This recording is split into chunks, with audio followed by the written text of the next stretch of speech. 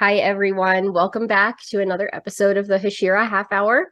I am your humble host today, desperately trying to keep up with the many blessings that we have received from the anime gods this year and this fall. Just trying to keep up with the weekly episode drops, y'all. I'm Emily, and as always, I am joined by Hannah and Bryan. What's up, everyone? I am like 3 episodes behind on My Hero and just got spoiled on something pretty major. So I'm a little bitter right now, but I'll make it through. Oh, dead. Also have been spoiled on My Hero. I'm waiting for the hammer to drop as to when that Easter egg comes and breaks through. So we'll see. But it's your besto friendo, Bryan. I am Jay chilling here. I watched the JJK scene of Itadori and besto friendo fighting Tree Man. I forgot his name. Kill me in the comments later. But oh god, it was so good. Oh, so happy I watched that before we did this. Love it. We got a lot of good stuff coming out this year. Maybe we'll have to think about where we're going to branch off next when we're all caught up with Demon Slayer. But that's a story for another time because today's discussion is going to focus on episode 18 of Demon Slayer, A Forged Bond. And as the title indicates here, I think that today's discussion will be best centered around some of those bonds. We've got bonds that are true, we have some that are false, and some that kind of live in the middle ground in this show. So our episode kicks off with our two Hashira racing to save the day. We have Shinobu and Gyu on the scene.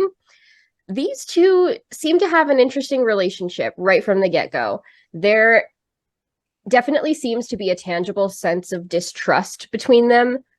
But on the other hand, there must be a bond as well because they are both members of the elusive Hashira and they need to be able to work together. What do you guys think?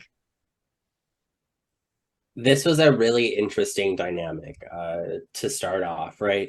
You kind of have this like emo goth girl, emo goth boy. It's like trying to put two negatives together to make a positive. It's really what I thought of when I first saw the two of them. And it also kind of gives me a parallel to the Tamari and the Arrow Demon a little while back, right? Because again, we've seen some Demon Slayers pair up in the beginning of this mission with a lot of the Mizunotos coming in the beginning of the arc. And now we're seeing, these top tier fighters going against and pairing up. And so this dynamic kind of reminds me of them because we haven't seen them working together yet. And there is that sense of like not knowing how to work together or not trusting each other, especially when Gyu was like, I'm just here to fight demons, leave me be. I was like, all right, dude, I guess he's got a point, right? Try to save kids. So definitely an interesting little piece there. I love their friendship. It's definitely an interesting dynamic. You kind of get the sense that Gyu just doesn't really talk much, but Shinobu is maybe a bit more of a talker, and she loves to annoy him and wants to have a conversation, and he keeps shooting her down. Like she keeps like we saw it in a couple episodes. She tried to have a conversation with him, and he was just like, "Well, demons eat people, so." And now she's like, "The moon is lovely. I'm here to slay demons." Like it just like keeps going. Oh, like, do you know any of these people? Let's go. He just does not want to have conversation, and she does.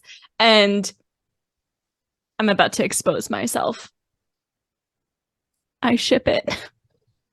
Oh, She shipped her fans, folks. I like that Hannah's mind is going that way. And meanwhile, I'm like, cat dog. Like, that's kind of what we're going on. I will say, it's not like a hardcore ship for me. Some days I don't, but like as we talk about it, I'm like, I kind of like their dynamic. I kind of ship it. Yeah. I feel like I don't know if I can speak for the whole group, but I definitely have a type. At least a character that I'm drawn to. I'm not always one that's like my simp life, but we all like a dark-haired broody boy. Like I know I do. That's what I was telling Hannah. Right before you got in here, I was like, I watched this in English while I was showering, so I had like my phone set up and the speaker set up. But I was like, wow, English Gyu sounds like he's still actively listening to My Chemical Romance, and I was dead. I mean, I feel very called out by that because I just came back from their concert last month. Oh and it no! Was amazing. It was amazing. Dark-haired broody boys in marching bands looking for their father.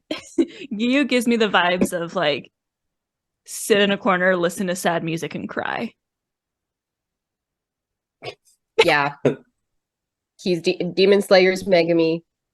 He's Aww, sad, depressed boy. I know. But he Sad, sure is beautiful. Black spiky hair. It's definitely an anime thing. Absolutely. Yeah. Well, we love Shinobu. We love Giyu very much. And it's an interesting bond that they have again between the Hashira. I'm interested also to see a little bit as we move on and we get to see Tanjiro and Gang engage a little bit more with some of the other Hashira and like what do those bonds look like, and then what are the bonds between the Hashira that already exist, because this is one of the first and only ones that we've really seen is just going to be these two. So it's kind of funny that they're already bickering, but at the same time it's almost like they're able to communicate like telepathically and be like, look, like I think that you're like full of shit right now, but also like I'm gonna go do my thing, you go this way, and they can both trust that the other's gonna get whatever needs to get done. So it seems like they have a good working dynamic, I think. Very necessary, I think, to be part of that elite group.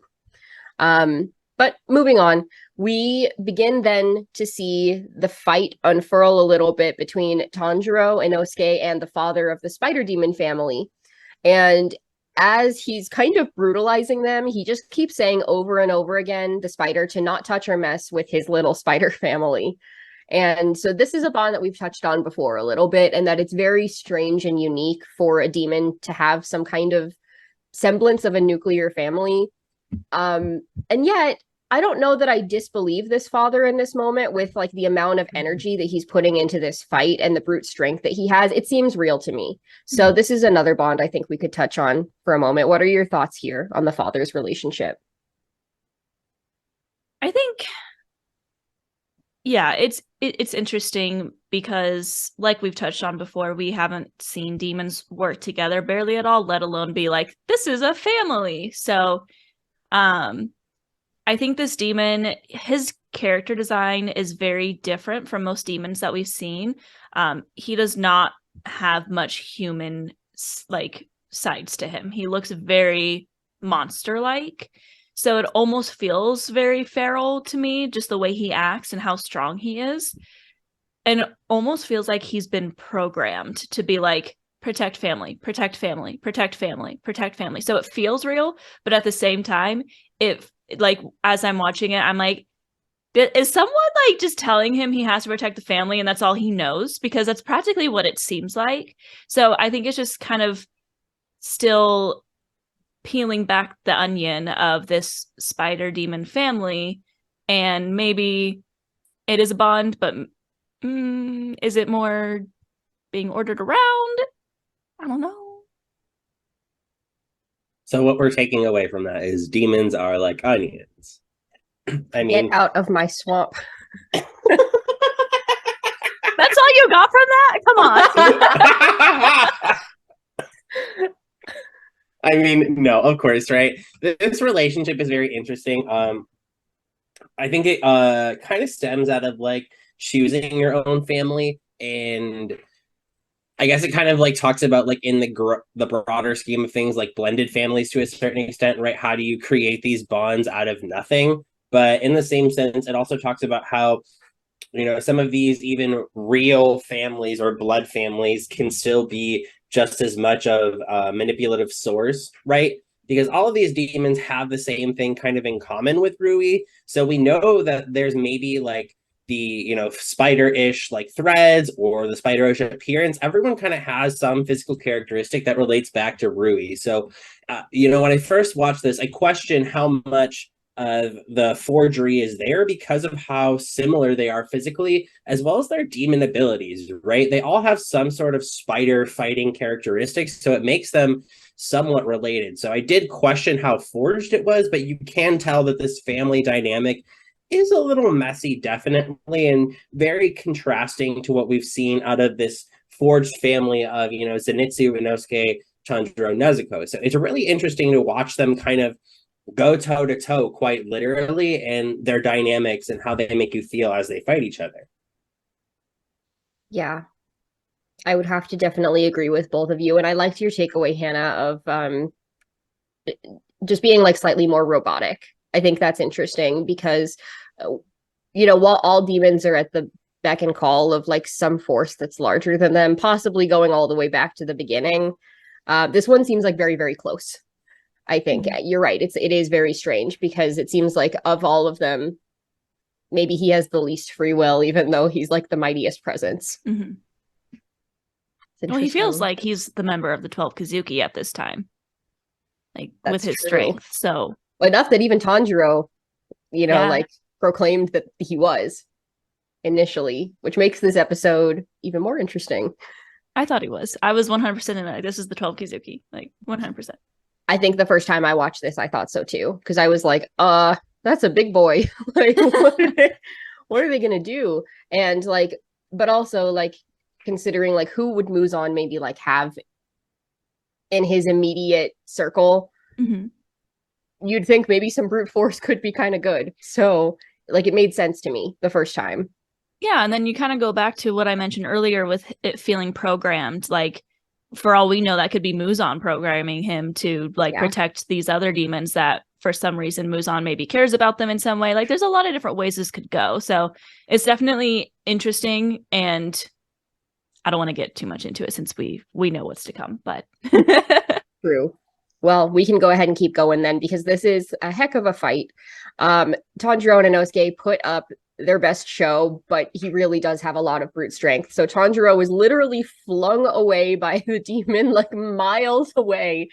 Despite fighting his hardest, as he's flying through the sky over the forest, he calls after Inosuke, just screaming at him to not die, because we all know that Inosuke is not always thinking about his peak physical form when a fight is on the line. So Inosuke then is left to fight the spider father alone. Tanjiro is hurtling through the darkness. While all this is going on, in the meantime, we do pan back to Zenitsu for a little bit, star of our show last episode, and we can see that he's currently left in kind of a sorry state with the spider's poison taking hold of his body. This appears to be his final moments, and in these last few moments, he is reminded of a few bonds that he has as well. In particular, he remembers his sensei and Nezuko, and then Shinobu comes to save him. So he's going to make it out okay this time, but I am interested by these two being the foremost thoughts that he has in what might be his final moments. How do you think that those thoughts speak to any bonds that maybe he's already made? Real quick, just speaking on Tanjiro getting yeeted, I had a Super Smash Bros. Moment where I was like, he should have hit the screen, like dragged down the glass, and been like, but looking at kind of Zenitsu's bonds right here, I think that's kind of all he has.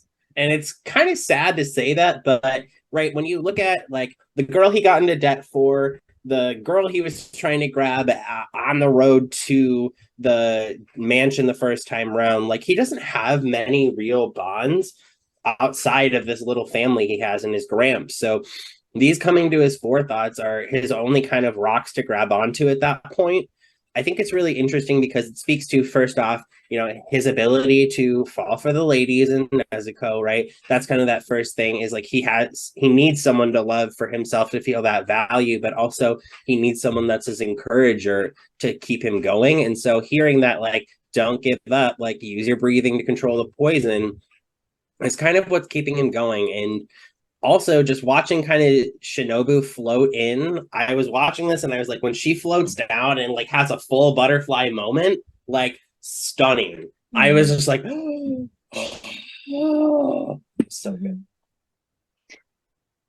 Ditto about Shinobu. Oh my gosh, her entry with the sparkles and the butterfly and then her just kind of like floating down, it was so just like artsy, and like I was sitting here like, this is art. This is art. This is beautiful. Like it made you feel so like, oh, like she's clearly there to save the day, and I barely know her and I love her already, Picasso. But like it. Like Mikasa? Is that what you said? I said Picasso, I like it, but I almost fell out of my chair. Okay, I can't hear you. Apparently I'm deaf. Anyway, Bryan is still a little bit on Attack on Titan, TBH. But as far as Zenitsu, I think I actually talked about this with my favorite favorite moment from the last episode, because it was when he was like trying to not give up and he's like, Tanjiro's gonna yell at you. I think since meeting Tanjiro, Zenitsu has gone through quite a bit of an arc already, and he's learning a lot. And I think this is truly his first time that he feels cared about by someone, even though like Tanjiro has very clearly been annoyed with him multiple times, but he still, had that sound that Zenitsu was so shocked by for his kindness. And I think that has really helped him become the person that he is now, that he's willing to try and figure out how to not give up in this moment, because it would be easy to just be like, all right, I slayed the demon, peace out, world. Like, and he's talked about wanting to die too. He's like, I wish I died during final selection. And then also I think Nezuko, like his feelings towards Nezuko is very different from these other girls that he's had in his life. I think partly because there is that like weird line in between, since she's a demon, but also he sees her as something more than just like a pretty girl. He like, obviously he has a crush on her because she's pretty, but I think there's like more to it because of what he's seen so far. Agreed. It's fun that these are the two driving forces. I do think it's a little bit silly that Tanjiro and Inosuke are completely left out of this. Rip. But it's a nice moment for him, and a beautiful entrance for Shinobu. Completely agreed. It makes me excited to begin to see more of the other Hashira come in and to see what their specialties are going to be and what their entrances are going to be. So looking forward to that. Yeah, so we're happy that Zenitsu's alive.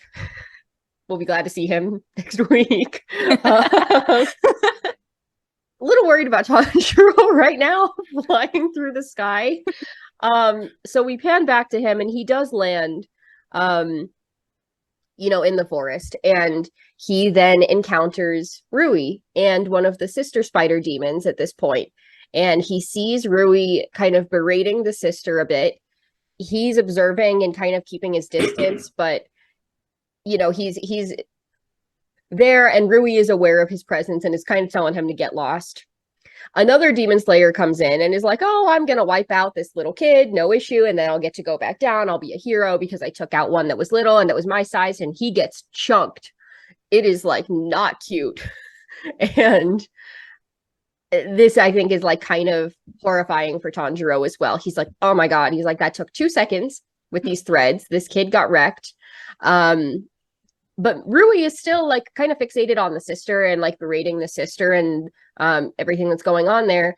And so Tanjiro, even though he's just watched this like graphic murder, boldly decries the forged nature of this relationship between Rui and his sister, and is able to kind of reference their scent as well and say, like, this is a forged scent. I would know what it feels like and what it smells like for you to have real trust. So whatever this is not real. Rui is not happy about this. This is the first time I think anyone has challenged him.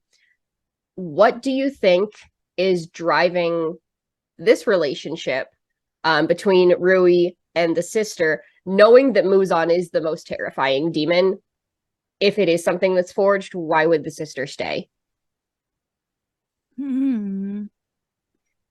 That's a good question. I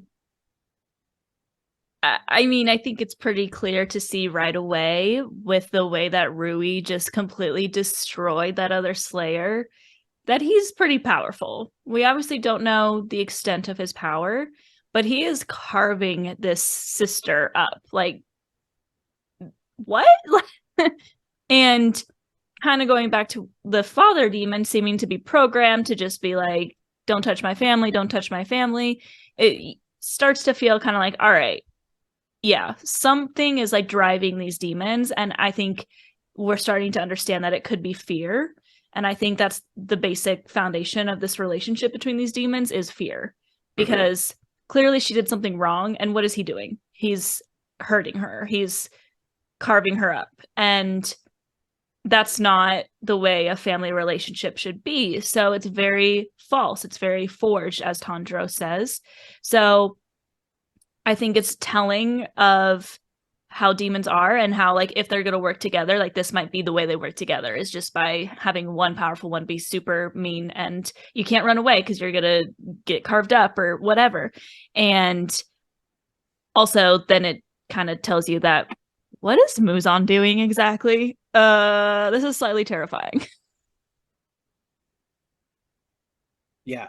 Looking at kind of the way that the father demon, kind of like touching back to what you said about the father demon feeling programmed, right? I think it kind of speaks again to a broader theme of like maybe men, like the like male, like the typical male father figure is like just like going in, not in touch with his feelings, just like rah, rah. But then you have like this individual who, first off, is a lot more autonomous than the father, right? Because like she is actively pleading against Rui's will to a certain extent, like, let me get another shot, like, can I try again, please? Like, and I think that kind of speaks to her individuality, and maybe these demons have a little bit more of a complex like relationship, right? Like there is like obviously this big bad guy, but I get the feeling that this sister is at least wanting to try and stick it out and maybe get more powerful, right? So like each demon probably has their own intent in this family, and her reason to stay is probably to make herself more powerful to eventually realize the spot that Rui's in. I feel like that's something that a lot of demons, while they have different stories that bring them to the point of wanting power, they do all end up somewhat falling to the same point of the power drive. And so I think that's kind of her reason to stay, is that she knows Rui's powerful, and she knows that maybe if she abides by his will that much longer, like she can be one of those people who is powerful, to kind of create her own will, because she's been trapped not only maybe as a human, but now feeling that same trapped feeling as a demon, right, in this messy family, but under someone else's will entirely. So I think she's really trying to break free, whether that's a good thing or not. Do you think she's ever seen success? No. That's like success in me trying to parallel park. Okay, listen, it's not happening. But yeah, we get the feeling that this happens pretty often. You think any of them have ever seen any kind of success? Maybe the father demon, and only because of his inability to ignore like his own autonomy. I think from what I judge based off of what we've seen at this point, I would say that the father demon is like second tier after watching Homeboy get carved up like a ham. So like he's like right under Rui. So I think like he's probably gotten some maybe Muzan blood at some point, or he got like maybe a spider bite from Rui and was like, hey, be more powerful. Spider-Man. Oh wait. Yeah. Wrong universe. I agree with all of this. And one other thing I think I wanted to call out that I always thought was interesting about, like, in particular, this scene, but I feel like we saw it a bit with maybe the mother as well. This sister doesn't even like notice Tanjiro really, or like not beyond just that he's standing there, but like I feel like every other demon we've ever come across in some way has like some kind of bloodlust or like thirst or like desire to consume human beings. And here's Tanjiro right here, and he's a human being, but it's like she wouldn't dare move to do anything. Mm-hmm. So much so that like she almost doesn't even notice that he's there, because Rui is also there. Mm-hmm. And Rui is like the strongest in the room. So it's interesting to me that like a demon that's not Muzan could have a hold on another demon so much that it contains like their very nature to go out and consume. Mm-hmm. Strange. Makes her seem almost human. Yeah. All right. Well, it is interesting. I'm excited to see a little bit more about Rui in the coming episodes.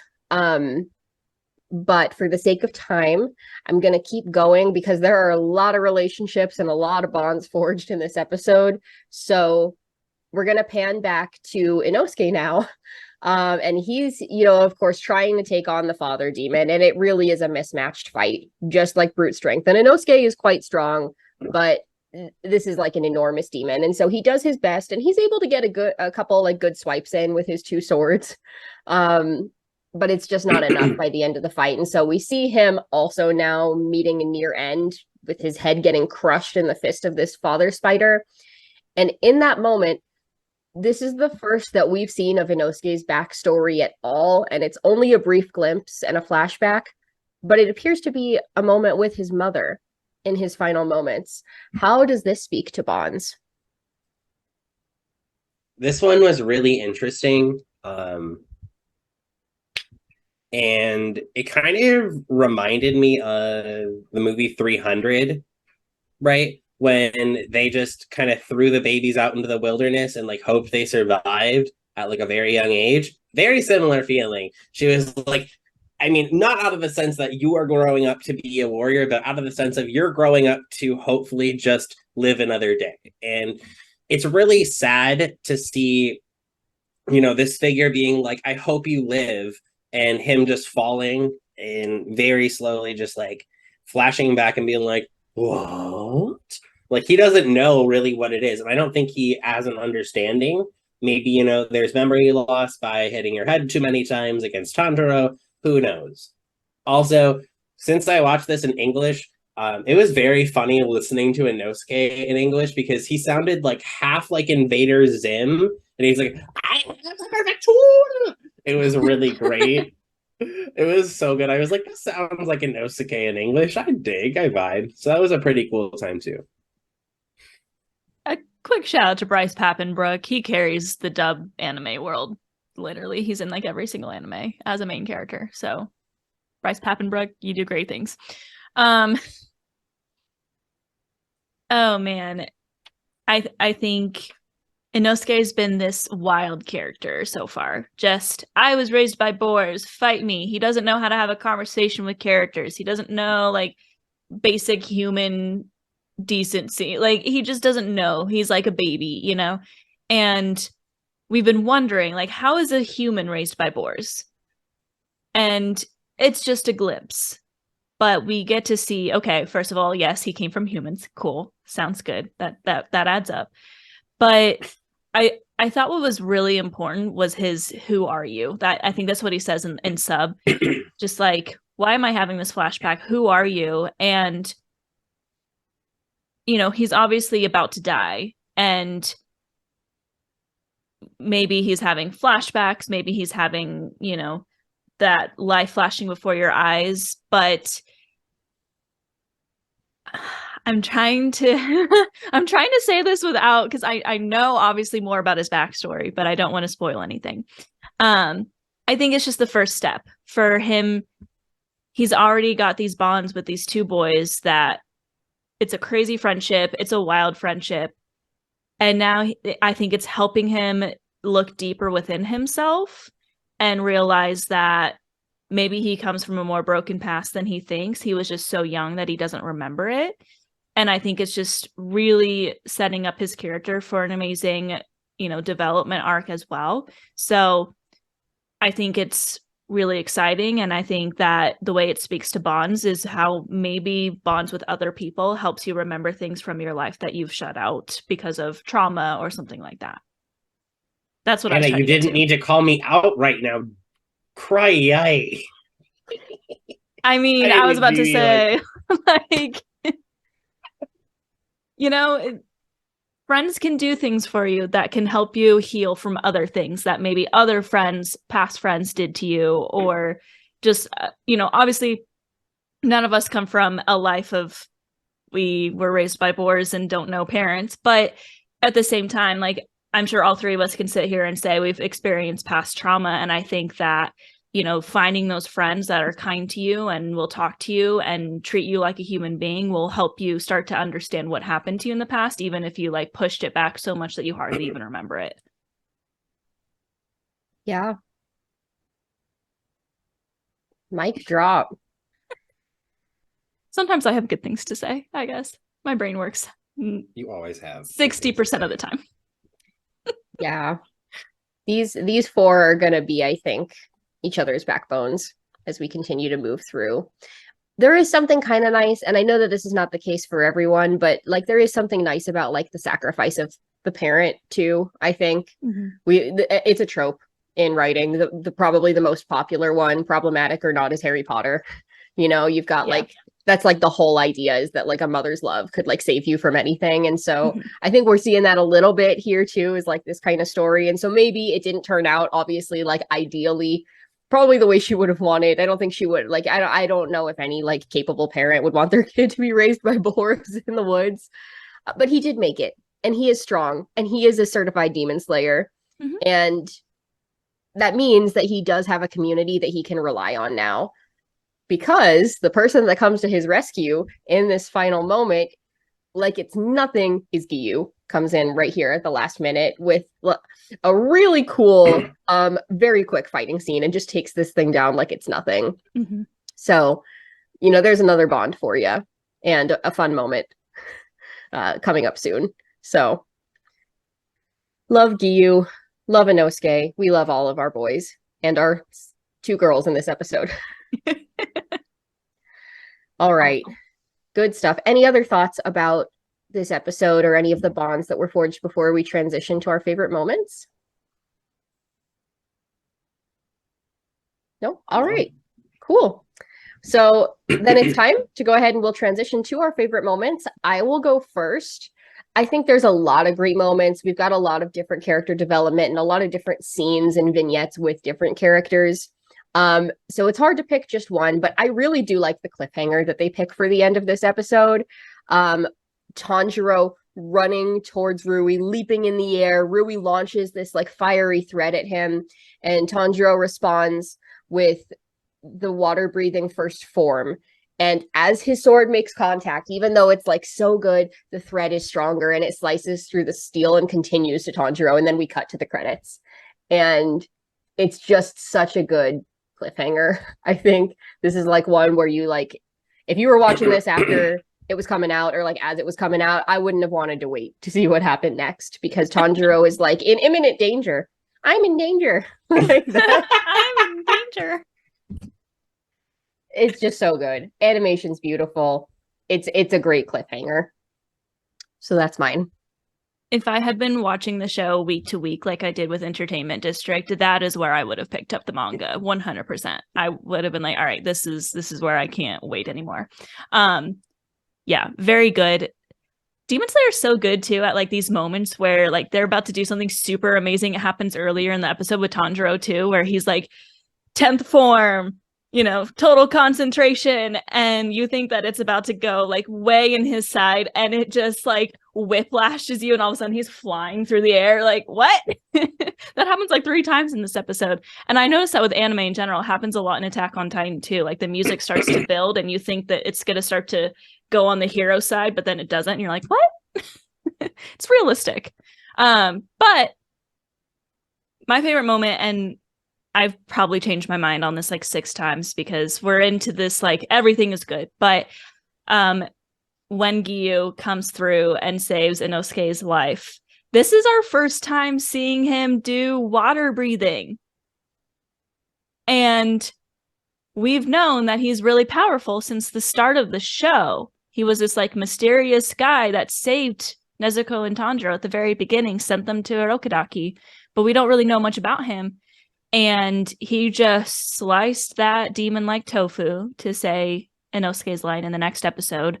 But what I really liked about it is we instantly see a very different type of water breathing. It is a form that we have seen Tanjiro use multiple times, but it shows the flexibility of water breathing because you got Tanjiro, who's like super loud and passionate, and it works well for water breathing. And then you got Giyu, who just says it very quietly and is just like calm and like a calm lake, while Tanjiro's like a flowing river. And I just love to see instantly like how different water breathing can be for 2 different characters, but yet it's the same thing. Very cool. I loved it. Damn. My moment is way less impactful than both of yours.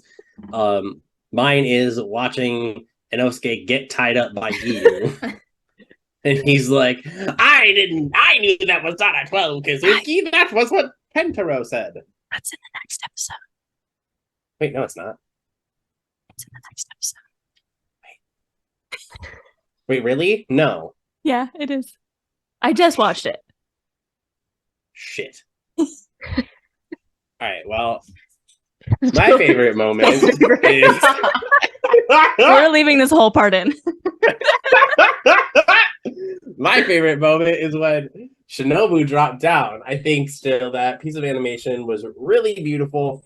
Um, you know, I think also kind of when we talked about in a couple episodes ago, like the phases of the moon, and we talked about things coming full circle, right? I think that was kind of one of Zenitsu's full circles because we had gotten to the end of the fight and it was still a full moon, and then we get one more full moon entrance, right? Things happen in times of threes. We see one last time that full moon, but someone else descending, and then you get that beautiful animation of the butterfly at first and then her dropping in. And so it was really kind of a full circle for not only like Shinobu's entrance to this anime, but also Zenitsu's kind of arc in itself of like, okay, he is going to be okay, he's going to hop in there. So I think it was kind of a cool moment for two characters at the same time.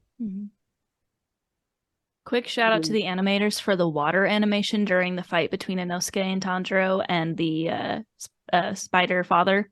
That water it looked real, like straight out of live action. I was just like, oh my gosh. Side note. It's one of the prettiest shows that you can watch right now, like bar none. I don't think anybody can argue that. It's true.